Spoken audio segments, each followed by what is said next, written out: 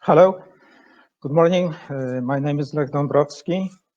I'm a operations and compliance professional. I help clients in setting up governance frameworks. I help them in developing policies, policy management, policy maintenance, and attestation of the efficacy of the systems of internal controls. And today I will tell you a story on how to implement the new sanitary regimes rules within the workspace, what we are challenged with, what should be on the agenda and on the management's radar. And I'll touch both on the physical and administrative controls, as well as on the behavioral and management issues, which I think are even more significant than the prior. So I'll start with just showing you where we are in the epidemic, and the answer is we actually don't know. My presentation will be a little skewed towards the Polish market because this is the place from which I operate, but I think the issues are universal. Everything that I will say is applicable to all locations because we are dealing with a universal phenomenon, both on the epidemic side as well as on the management side. So the answer is we actually don't know where we are, and that's a big problem. I think I really appreciate the position of the Polish Academy of Sciences, which asked when will the epidemic end. The representatives answered, no one knows, but we should be thinking in terms of months rather than weeks. And why is it? Most of you are, I think, familiar with the epidemic curves which are presented by the media.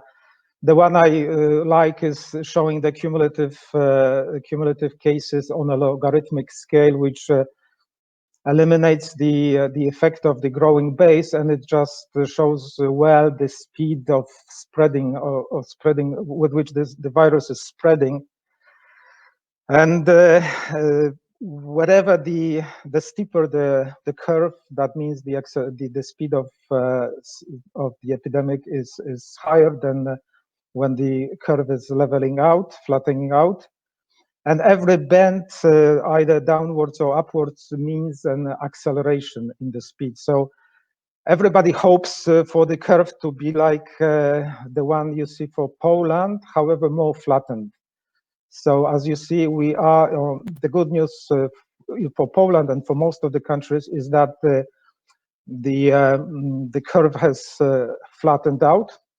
The bad news, the not so good news for Poland is that it's not totally flat. We have daily increments about the same in quantity, but they are still happening.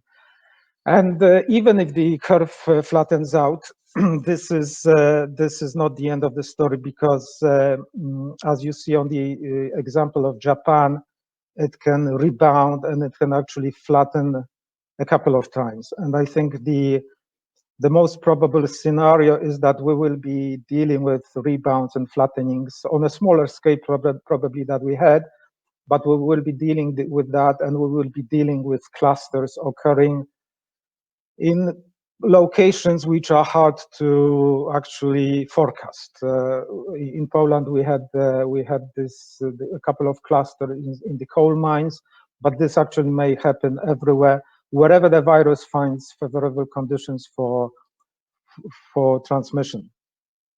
So the answer is we don't know, and if we think about getting our people back to the office, we really have to prepare for that. So in Poland, in the EU, and in most of the countries, it's the employer's, obligation to provide employees with a safe and healthy working environment. And to do that, the employer is obliged to perform a risk assessment, and depending on the results of that risk assessment, adequate prevention measures have to be applied. And what happens if they are not applied? Well, in the context of the COVID epidemic, it's obviously really quick. We know that the virus is spreading really quickly. The good news is that the mortality rate is probably lower than was assumed in the beginning, but we know one thing we know for sure, that it is really easily transmitted. So once we have an individual in the office who is not properly diagnosed and not isolated, we have to deal with a quick spread of the virus. So in effect, that means I need to isolate this individual and everybody that had contact with that individual. So that means compulsory quarantine. And if we manage rotation of employees badly, that can mean really a quarantine for most of the employees.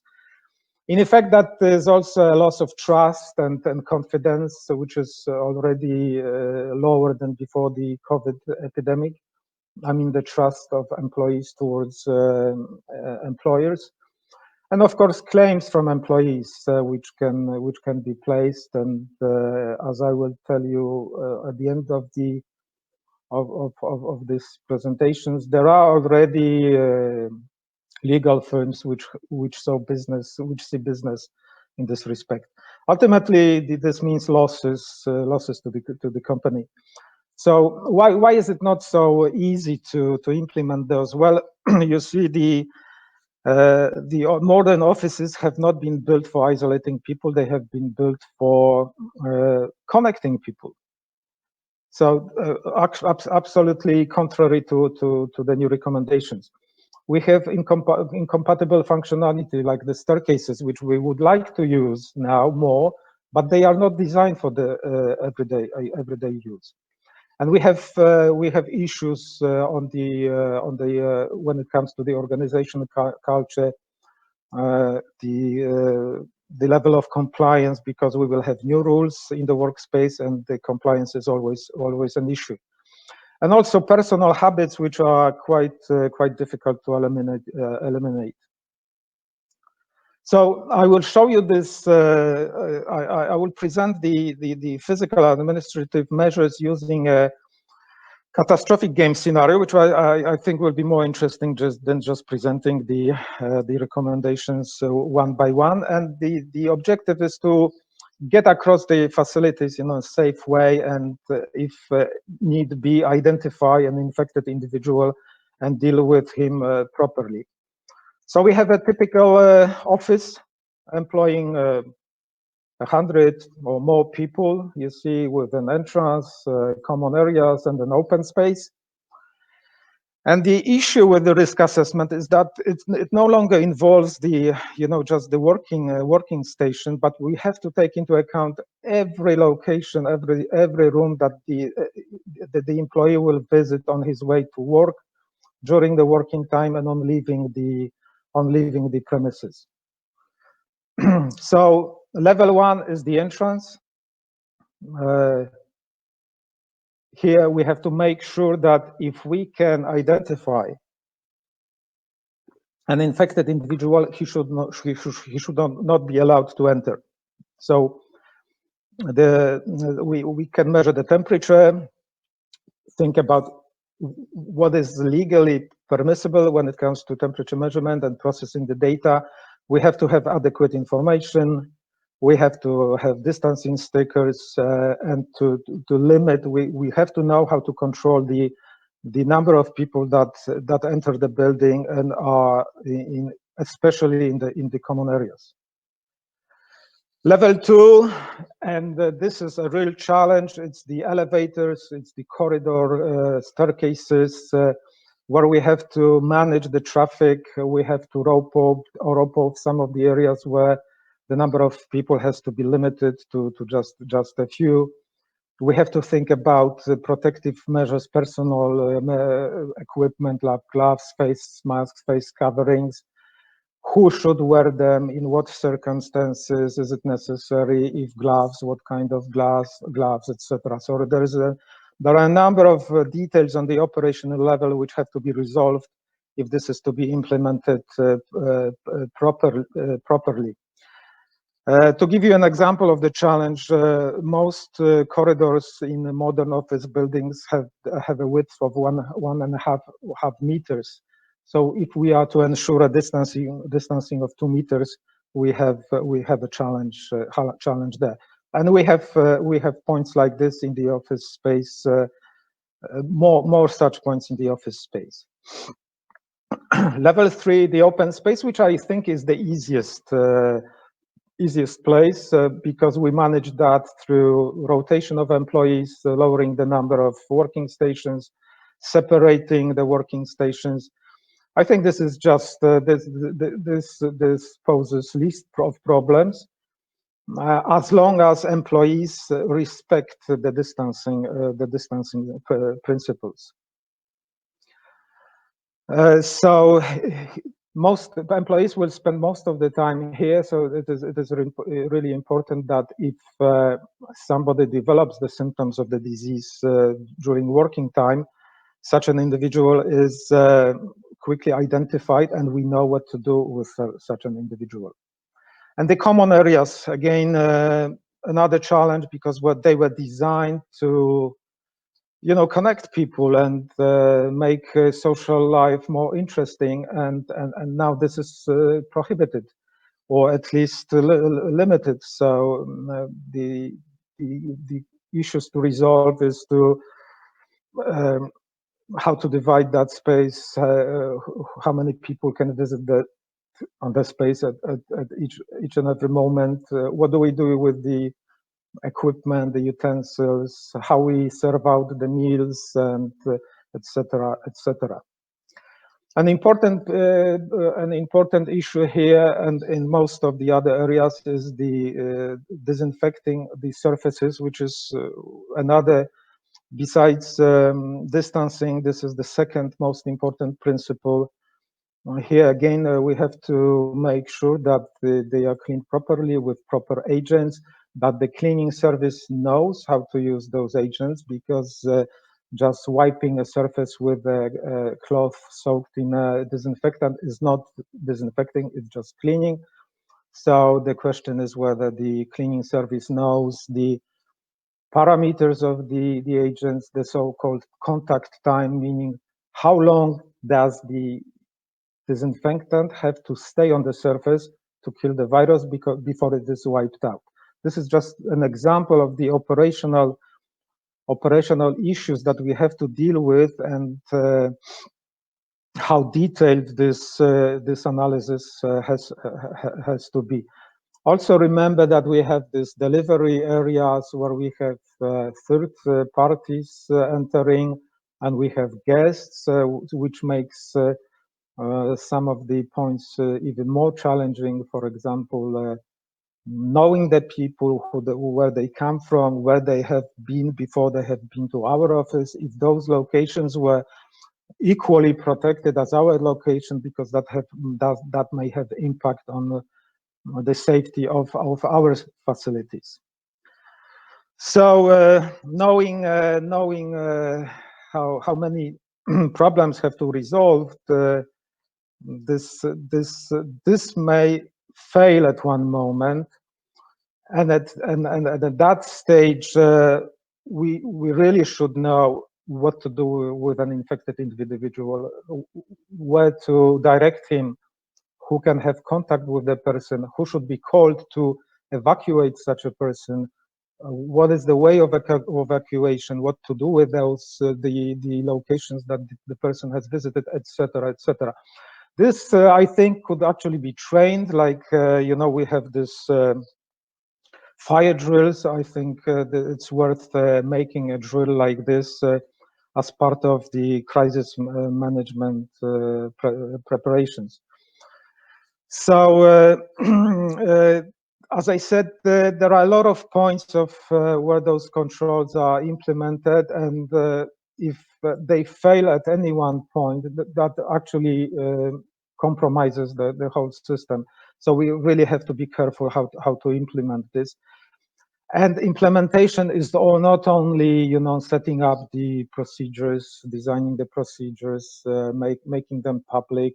It's not only about the physical measures like protective equipment. I think most of all, it's about the attitude and whether the people are adequately trained to comply with those measures. So I come to the, I think the key point here is to how to prepare for this situation. First of all, we have to, you know, make sure that we have not left out any control that is necessary to be implemented. So we have to have checklists, detailed checklists per every room, every space in the facility. What should be there? How it should be organized? Who should take ownership for the efficacy of those measures? We of course have to think about redesigning the office work and in accordance with the authorities' recommendations, the good practices, implement the procedures, update the existing procedures so that all of them are in line, and of course design a sensible rotation system, which has to take into account a number of things that I will touch in a minute. Of course, promotion, training, that's key. Promoting remote work where possible, but remember that avoiding one risk can expose us to another risk. So remote work has to take into account the cybersecurity of the connections. As I said, training, monitoring, and control, but also knowing how prone our employees are to complying with the rules, and what is the risk-taking propensity. Are people really taking this threat seriously, or maybe some of them are ignoring the threat, and then we have to take very different measures to vis-a-vis those individuals. If we need a really strong monitoring system, so a whistleblowing system is very useful, so that we quickly know about any instance of non-compliance, so that we can close such an incident and improve things if need be. And obviously, we need to have those contingency procedures in place. And now, about those attitudes, I think this is the key point here. When we design the rotation system, we take into account, you know, the probability that the whole shift will have to be quarantined. So we will not put into one shift all of our key people. But another thing is, can we mix in one shift people with very different attitudes towards compliance and risk taking? Because there will be individuals who, as I said, will not like to comply, and this is a new phenomenon. This is not a new phenomenon. We deal with this in every time we have to implement some rules, and we will have you know, individuals who by nature are compliant, and whatever the rules, even if they internally don't agree with the rules, they will still be compliant, because this is how they see things. We will have the individuals who you know, try to comply, but they fail because they are not well trained, because they have the wrong habits, because they forget things. So this is a more, this group will require some additional attention.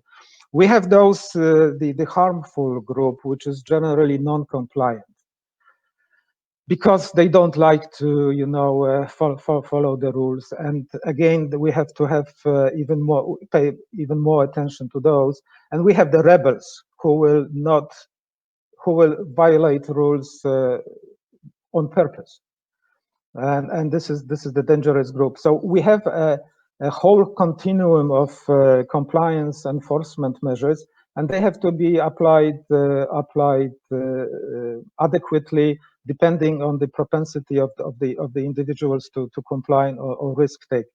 It ranges from education and communication to strong supervision and monitoring and audit. And if that, for those really, stubborn, we have to have a system of sanctions.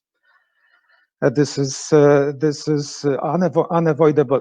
So, it is important that people, those who are sensitive to the threat, they feel safe, because otherwise they will not be able to focus on the work. They will be thinking, about this individual who will potentially inflict or expose them to the threat that they want to avoid at any price. So I listened to Gallup's results of the Gallup survey, or how employees think about returning to work, and here are a couple of insights. And it's important to know that this was for UK, but I think this is universal. We see that the trust in leadership has fallen, and the trust towards employees has fallen. So there has to be a really concrete plan for returning to work. So people have to know when they will return, in what mode, who will return, for how long, etc. This has to be clear, and this has to be clearly communicated. And it is actually the role of the first line managers to communicate that. The health and safety officer, the HR officers are key, but it is the first line manager who actually works with the people, and people need action from him. And when they see that he is well informed, he is well prepared and engaged, they will do their job properly. And remember, don't really take care that the first line manager is not a rebel, because the whole system of protection will fail if the supervisor is not willing to comply. So without a plan, there's no confidence, and it's the direct supervisors who should be really taking care of implementing the sanitary regimes, and we have to take into account the attitudes of people towards risk. And to end this story, watch out, because mistakes may be costly. As I said, given the mortality rates and the infection may not be critical for individuals, but because of the spread of the virus and the actions that public authorities take to limit the epidemic, we will be prone to actions and sanctions from the authorities, and ranging from the obligatory quarantine to even fines and penalties, because we are still under the regime of the health and safety rules, which have not changed. The employer has to provide the employees with a safe and healthy working environment. And this is just a couple of, we made a quick search on the internet for legal services related to COVID and the relations between employees and the employers in the COVID perspective. Also in the context of the safety of the working environment. So the mistakes may be costly, and there are people who are willing to take such claims and go with such claims against the employees. So this would be so much on my part when it comes to my presentation, and we still have a couple of minutes, so I will leave them for you to ask questions if there are any. If not, I will just make a brief wrap up and a summary of what I said.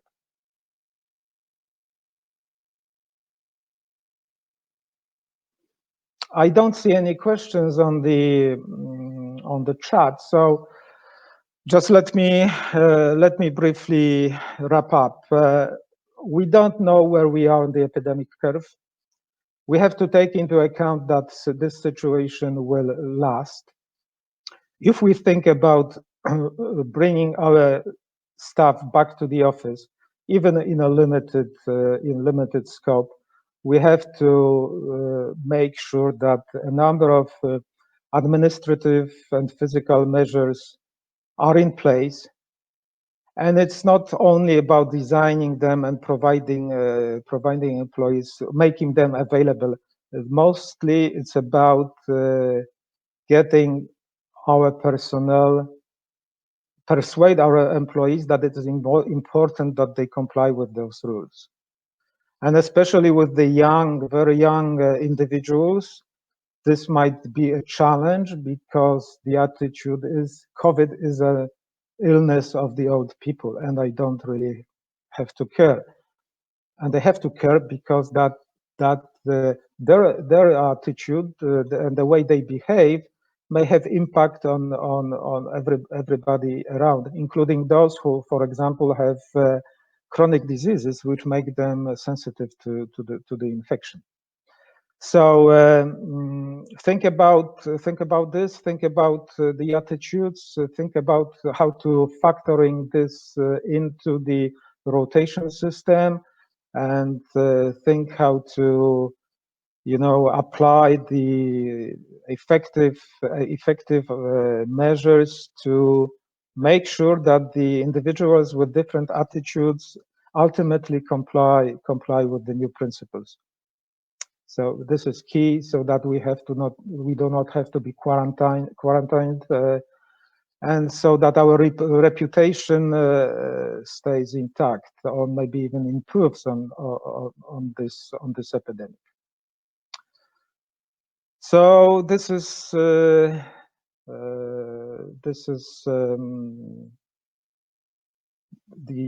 end, and I would like the organizers to switch me out if there are no further questions. Thank you.